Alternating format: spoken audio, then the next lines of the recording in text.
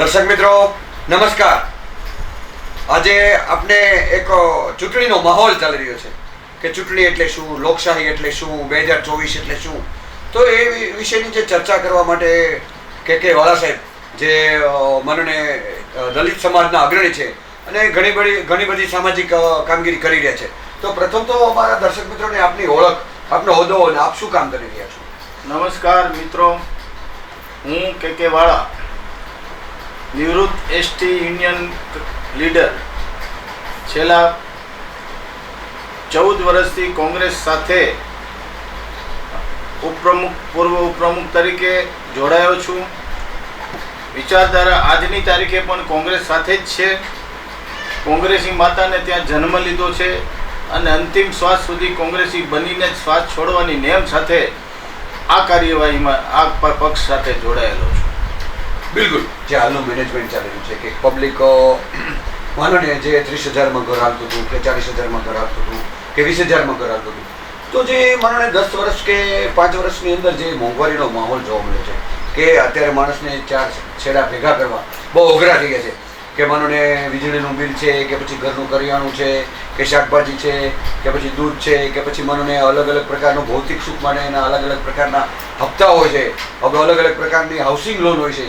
તો જે આજનું માનવ જીવન જે છે એક મને જે મોંઘવારીથી પીડાયેલી છે, તો આપનું જે પ્રથમ આપે વાત કરી કે ભાઈ મોંઘવારી ખૂબ જ છે, તો જે સામેનો પક્ષ મોંઘવારી વિશેનો બોલવા તૈયાર નથી. તો એ મોંઘવારીની જે લોકોની વેદના છે અને આપ જે મને ફીડ કાર્યકર છો, તો આપનું શું જાણવું ને કેવું છે? સૌથી પહેલા દેશમાં મોંઘવારી એ ખૂબ જ માજા મૂકી છે.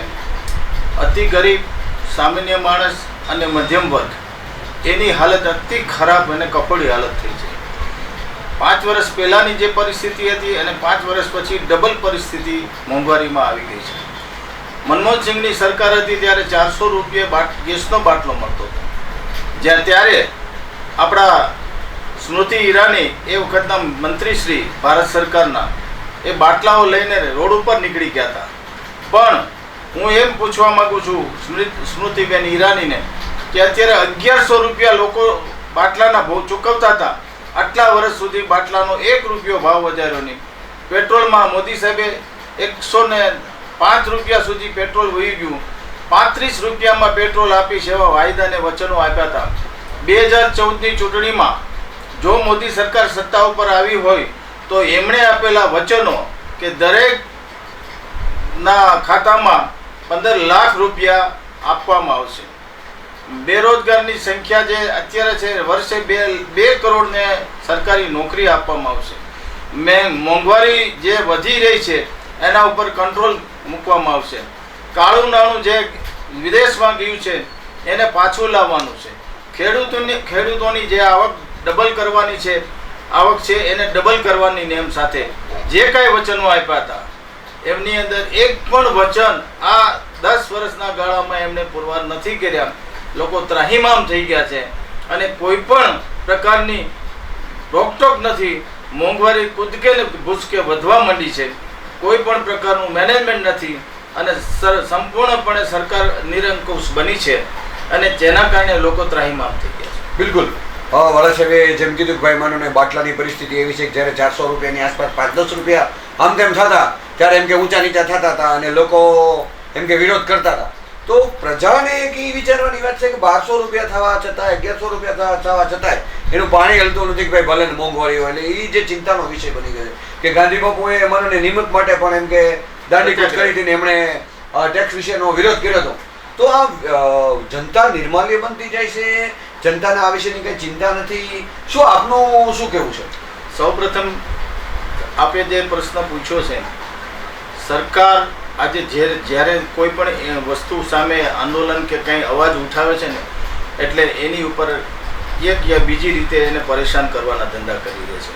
જેવા કે ઈડી, CID, પછી IB, ઇન્કમટેક્સ વગેરે એમની પાસે સંસ્થાઓ છે એ સંસ્થાનો દુરુપયોગ કરી અને જે કોઈ આવા વાંધા વચકા લે છે એને પાડી દેવાનો ધંધો કરે છે. બિલકુલ. જેનાથી લોકો ઘરમાં બેસી રહ્યા છે, મૌન છે પણ અકળ છે.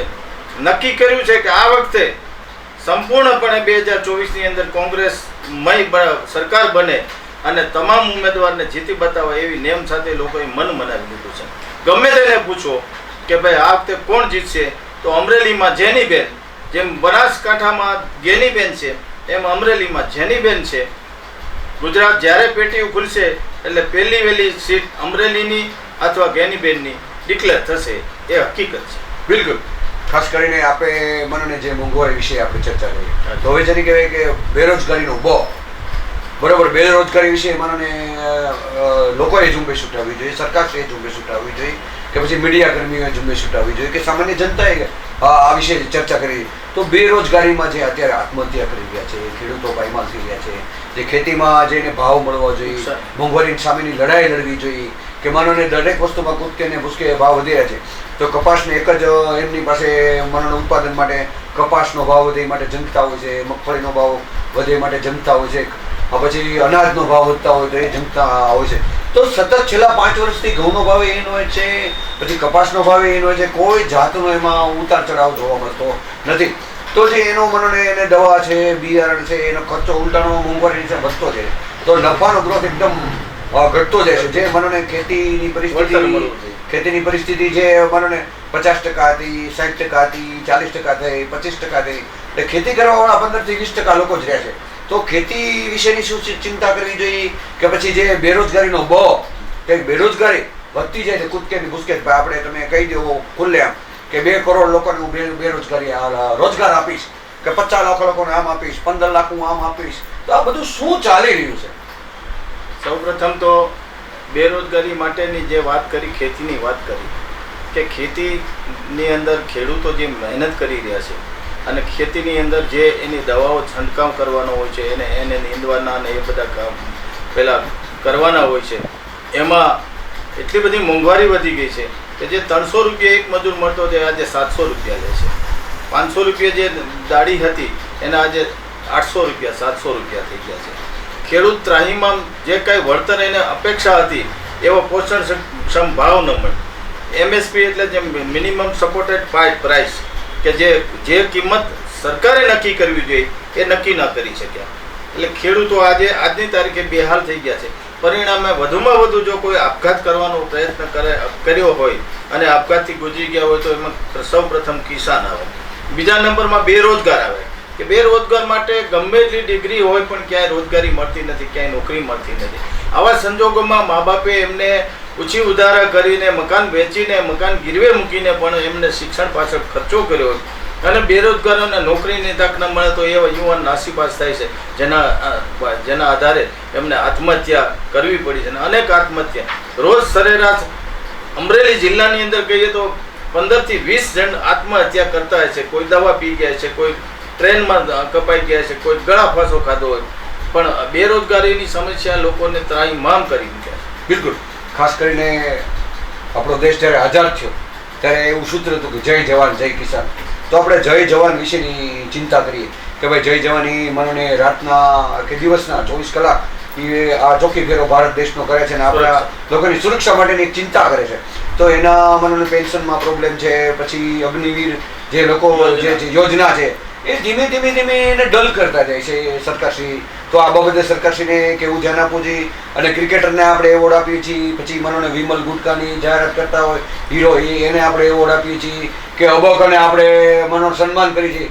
તો જય જવાન જય કિસાન, જે મનોને આપણો દેશ આઝાદ થયો અને જે જવાન કે આપણા દેશ માટે એના કુટુંબનું બલિદાન આપે છે અને એને જ્યારે રોકકળ કરતા હોય તો જે સરકારશ્રીએ મનોને એમને એના દીકરાની નોકરી આપી કે વગેરે વગેરે સ્કીમમાં થોડુંક સેટઅપ આપવું, કે પછી મનોને હાલ નેતાઓને પેન્શન મળી રહ્યું છે જે, તો એ નેતાઓ પોતે પોતાની ચિંતા કરે છે. આ લોકોની ચિંતા કરવી જરૂરી છે, નથી જરૂરી? આપણા દેશના નાગરિક છે, આપણા દેશ માટે મરી મીટવા માટે તૈયાર છે. શું લાગે છે આપને?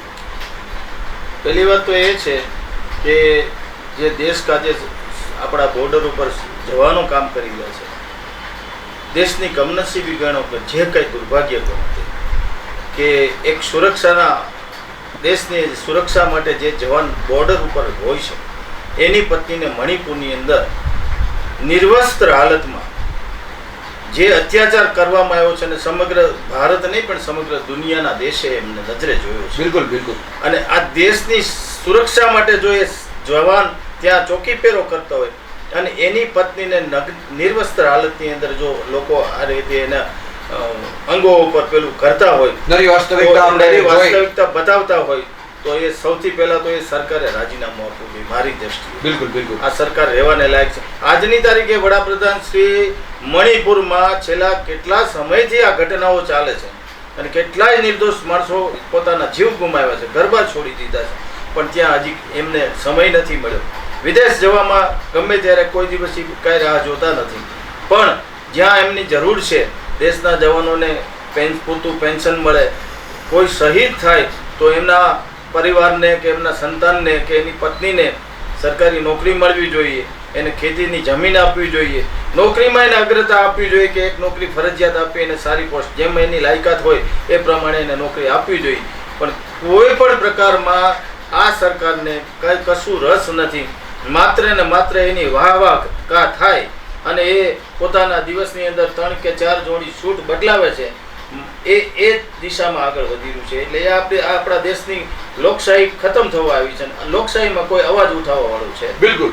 મણિપુર વિશેની આપણે ચિંતા કરીએ તો ખાસ કરીને જે સરકારશ્રી માનો બેટી બચાવો બેટી પઢાઓ એવા સૂત્રો બોલે છે, તો આ જે ક્ષત્રિય લોકોનું જે કાંઈ અપમાન કર્યું વગેરે વગેરે જે કાંઈ મને એક એવું સેટઅપ આવ્યું કે એ લોકોને ખૂબ દુઃખ લાગ્યું છે ક્ષત્રિય સમાજને, તો એ વિશેની સરકારશ્રી કેમ ચિંતા નથી કરતી કે ભાઈ ટિકિટ અને કેન્સલ કરીને આપણે નવા કોઈ પણ ટિકિટ આપી કે પછી આ બહેનો એટલા ઉપવાસ રહેશે, બહેનો એટલી રોકકળ કરે છે, આખો સમાજ રોકકળ કરે છે, આખા ગુજરાતમાં એક એટલી બધી પરિસ્થિતિ ગંભીર થઈ છે, તો એ કોઈને હારતા નથી, કોઈને માનતા નથી કે ટિકિટ તો એને જ આપશું ને એ જ જીતશે ને એ જ આમ કરશે. તો આ જેને કહેવાય કે તાનાશાહી કહેવાય કે વાસ્તવિકતા કહેવાય કે માનવતા કહેવાય કે શું કહેવાય, આપને શું લાગે છે?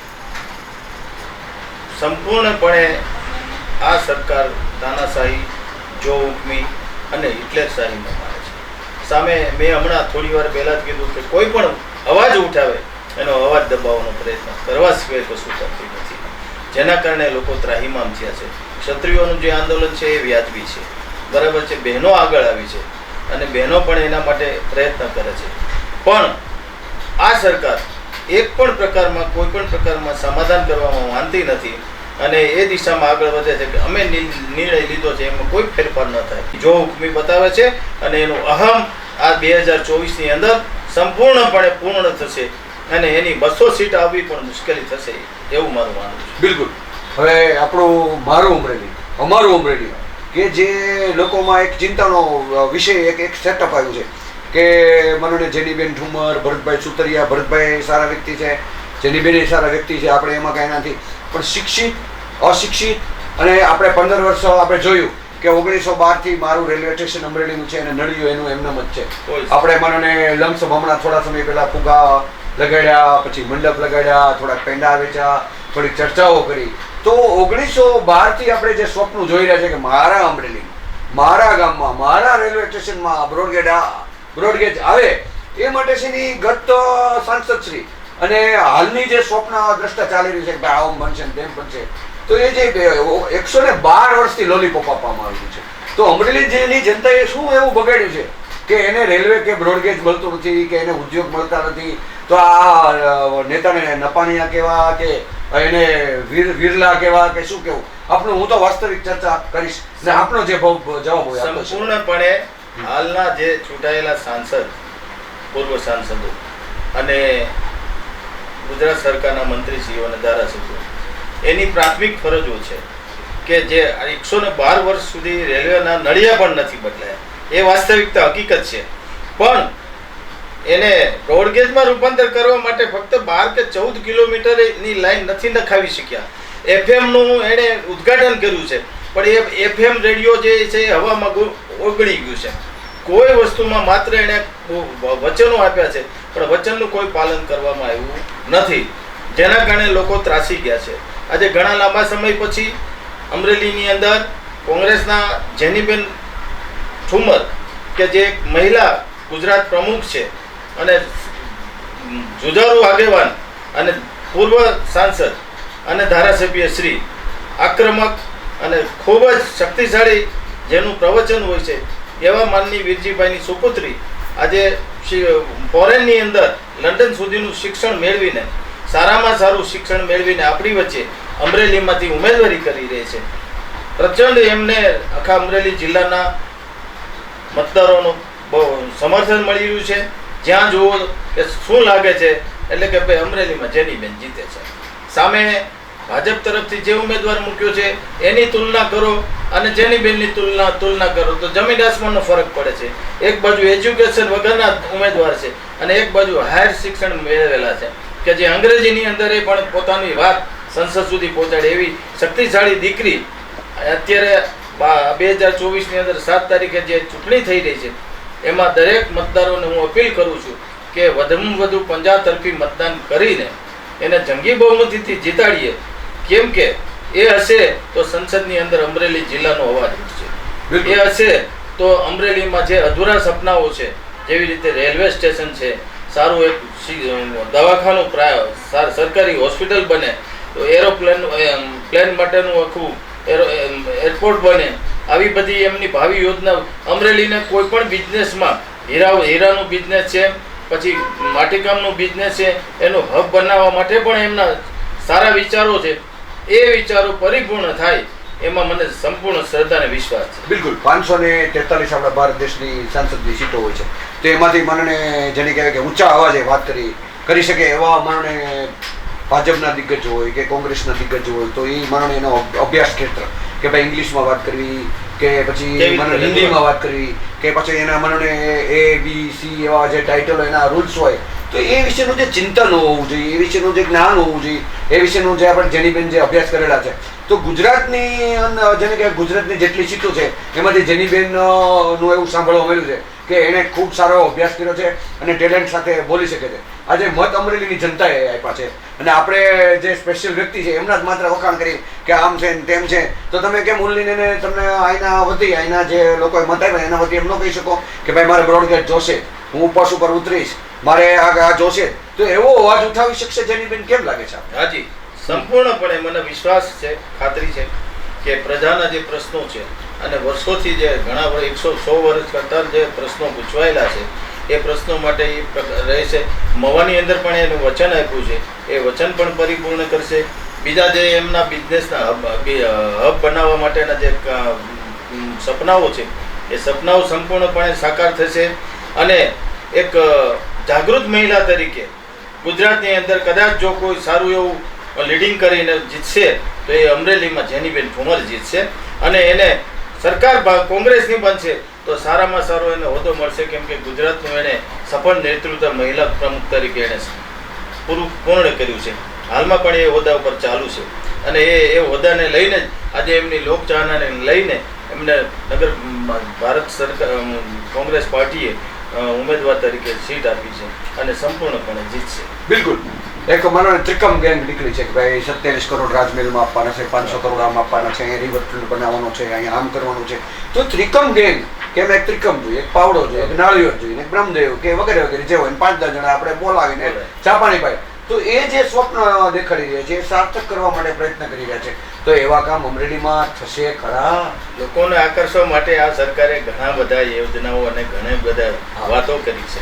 એ વાતોની અંદર આપણે પડવું નથી, પણ જેનીબેનને એકવાર તક મળશે. આ સરકારે જ્યારે 2014માં સત્તા ગ્રહણ કર્યા ત્યારે મોદી સાહેબે 50 દિવસ મને આપ્યો, હું કાળું ધન લઈ આવીશ, તમારા રૂપિયા લઈ આવીશ, પછી ન કરવાનું કર્યું, નોટબંધી કરી, GST લાવ્યા, ઘણા બધા એવા કાયદાઓ લાવ્યા કે લોકો ત્રાહિમામ થઈ ગયા. તમારા ઘરમાંથી જે કાંઈ બચતો હતી બચતો બધી બેંકમાં જમા કરાવવી પડી. એટલે એમને ખાલી બોલવાનું જ છે, વચનો જ આપવાના છે. અને આ વખતે 2014માં જે વાયદાઓ કર્યા હતા આ વખતે એણે ગેરંટી આપી છે કે આ મારી ગેરંટી છે, એમાં કંઈ ફરક નથી. ટોપીમાં માથું અને માથામાં ટોપીનો ભાગ છે. બાકી એ 2014ના વચનોમાં અત્યારે એ ગામડામાં કે જ્યાં જાય છે ત્યારે 2014ની યાદ અપાવે છે મતદારો કે 2014માં તમે વચન આપ્યા હતા 15 લાખનું, એનું શું થયું? જવાબ નથી આપ્યું. બેરોજગારી માટે તમે વચનો આપ્યા હતા, એનું શું થયું? જવાબ નથી આપતા. નોકરી માટે, યુવાનોને નોકરી માટે, રોજગારી માટે તમે વચનો આપ્યા હતા, એનું શું થયું? કંઈ નથી. પછી તમે કિસાનોની આવક ડબલ કરવા માટેના જે વચનો આપ્યા હતા એનું શું થયું? એ નથી કર્યું. એટલે લોકો હવે આ બધું જાણી ગયા છે. પણ જે મેં અગાઉ કીધું ને કે લોકો અત્યારે બહાર નથી નીકળતા, લોકશાહી ખતમ થવાની તૈયારીમાં છે. આ વખતે 2024માં જો આ સત્તા મળશે અને 400 બેઠક કરતાં વધારે બેઠકો લાવશે તો સંપૂર્ણપણે લોકશાહી ખતમ થઈ જશે. મારો અને તમારો અવાજ કોઈ પણ કરશે એને અવાજ દબાવી દેવામાં આવશે. બંધારણનું પણ અસ્તિત્વ નહીં રહે. બંધારણ નવું લાવવા માટેના એમની ચેષ્ટાઓ ચાલે જ છે. જો સરકાર આ વખતે મતદારો જો ભૂલ કરશે અને કોંગ્રેસની સરકારને નહીં છૂટે અને ફરીથી ભાજપની સરકારને લાવશે તો આગામી સમયમાં હવે ચૂંટણી આવશે નહીં, એમાં મને સંપૂર્ણપણે ચોક્કસ વિશ્વાસ છે. બિલકુલ, ભારતના બંધારણ પ્રમાણે જનતા જનાર્દન એ જ ઈશ્વર છે અને એ જ નક્કી કરી છે. એમાં હું કે તમે ન નક્કી કરીશું તો આપણે એક માનવતાની દ્રષ્ટિએ એક મને આપણા તરફથી શું સૂચન છે કે ભાઈ સવારે વહેલી 7 થી 10 મતદાન કરવું જરૂરી છે. ગમે પક્ષને એને ઈચ્છા પડે. જનતા જનાર્દન એટલે રાજા કહેવાય. તો આપો એક વડીલ તરીકે શું અભિપ્રાય આપશો કે ભાઈ મતદાન વહેલી સવારે કરી નાખવું જોઈએ અને આપનો અધિકારનો લાભ મેળવવો જોઈએ? શું આપનું શું કહેવું છે? સૌ પ્રથમ તો મતદારોએ સવારમાં વહેલા ઉઠીને, ખાસ કરીને બહેનોએ પોતાનું રસોડાનું કામ, ચા પાણી, નાસ્તો, જે કંઈ ઘરની રોજિંદી કામગીરી કરવાની થતી હોય એ જ વહેલી આટોપીને અને 10 પછીના ગાળામાં રસોઈના સમય પહેલાં 2 કલાકની અંદર બહેનોએ મતદાન કરી લેવું જોઈએ. પછી પુરુષો 10 વાગ્યા પછી બધા નવરા થયા પછી પોતપોતાના અનુકૂળ સમયે મતદાન કરવા જાય છે. દરેક જાગૃત મતદારોએ મતદાન કરવું એમની એક પ્રાથમિક ફરજ છે ને એમનો એક ફરજનો ભાગ છે. તો મતદાન કરવું એ એક પવિત્ર ફરજ છે અને આ ફરજ નિભાવવા માટે આ વખતે સારામાં સારું મતદાન થશે અને મતદાનનું પરિણામ ચોક્કસ પરિવર્તનની દિશામાં આવશે. બોલો, બીજું કાંઈ વિશેષમાં કાંઈ કહેવા માંગતા? બસ આ 2024 કોંગ્રેસને સફળતા મળે અને સરકાર કોંગ્રેસની બને એવું એક અમારું સપનું છે. એ સપનું પૂર્ણ થાય એવી ઈશ્વરને અમે પ્રાર્થના કરીએ છીએ. બિલકુલ, દર્શક મિત્રો, એક મનની વાત કે મનોને જે સમાજની અંદર ચાલી રહ્યું છે કે પછી મનોને કોંગ્રેસ હોય કે ભાજપ હોય કે અમે તો દરેકની ચર્ચા કરવા માટે તૈયાર જ છીએ અને જે સાચી વરાળને જે સાચી વાત હતી એ આપની સમક્ષ મૂકી છે. અને એમાં કાંઈ ખોટું હોય તો પણ અમને પણ કહેજો. અમારે કાંઈ પક્ષાપક્ષી છે નહીં. અમારું અમરેલી જે રળિયામણું બને એ માટેના સતત અમે પ્રયત્નો કરતા રહીશું અને અમારા તરફથી એટલું કહેવામાં આવે છે કે ગમે પક્ષને મત આપો એમાં અમને કોઈ વાંધો નથી, પણ વહેલી સવારે ઉઠી અને વહેલું મતદાન કરો કે જેથી સૂર્યપ્રકાશ કે વગેરે વગેરે કાંઈ પ્રશ્ન બને નહીં અને વધુમાં વધુ મતદાન થાય એ માટેના પ્રયત્ન કરો. મારો દેશ, મારું ભારત, મારો દેશ મહાન છે. ગુજરાત નંબર 1 બને, સૌરાષ્ટ્ર નંબર 1 બને અને અમારું અમરેલી લીલીછમ વહેલી જેને કહેવાય કે નંબર 1 ટોચ ઉપર આવે એવો અમારો પ્રયત્ન છે. એમ્બલ ટીવી ન્યૂઝ, મનોજ સેદાણી, અમરેલી.